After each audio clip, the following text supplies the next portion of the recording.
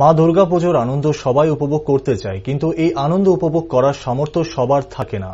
মঙ্গলবার আরকেপুর বিধানসভা কেন্দ্রের বিধায়ক তথা রাজ্যের অর্থমন্ত্রী প্রণজিৎ সিংহ রায় সার্বজনীন দুর্গাপুজো উপলক্ষে দুস্থ মানুষদের মুখে হাসি ফোটানোর জন্য ব্যক্তিগত উদ্যোগে রাজারবাগ ধ্বজনগর, পূর্ব এবং পশ্চিম ধ্বজনগর, ছাতারিয়া ধ্বজনগর, তেপানিয়া ছনবন এবং খিলপাগাতে বস্ত্রদান করলেন। সাথে উপস্থিত ছিলেন উদয়পুর পুর পরিষদের চেয়ারম্যান শীতল চন্দ্র মজুমদার, আরকেপুর মণ্ডল সভাপতি প্রবীর দাস সহ আরও অন্যান্যরা।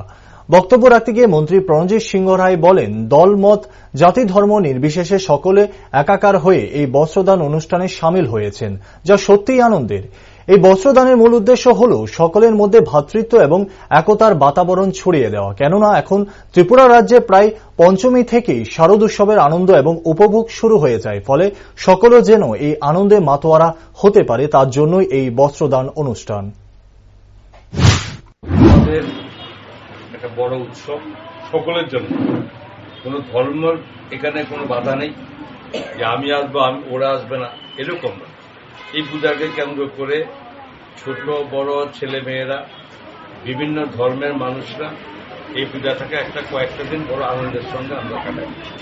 একের সঙ্গে অপরের ভ্রাতৃত্ববোধ, একটা সুসম্পর্ক গড়ে তোলা, যেটা শান্তির পরিবেশ তৈরি করা, এবং এই পূজার কয়েকটা দিন সকলের মতো করে একটা আনন্দ উপভোগ করেন। তো প্রশ্ন হচ্ছে, আমরা সবাই আনন্দের জন্য সবাই, কেউ কম আর কেউ বেশি নয়, এটা অধিকার সমান। কিন্তু একটা জায়গায় কিছু বাধ্যবাধ থেকে যে আমরা সকলের অর্থনৈতিক সামর্থ্যটা সমান নয়।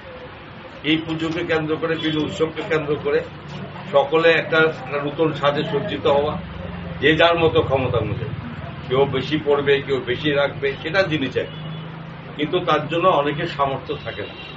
তো আমরা মূলত প্রত্যেকটা বছর এলে পরে পুজোর আগে দিয়ে একটা শ্রেণী যাদের সামর্থ্য নেই একটা নতুন বস্ত্র পরিধান করা, তো সেখানে একটা মানসিকতা যে না, সকলের সঙ্গে তাদেরকেও একটু একসঙ্গে যুক্ত করে দেওয়া যায় কিনা।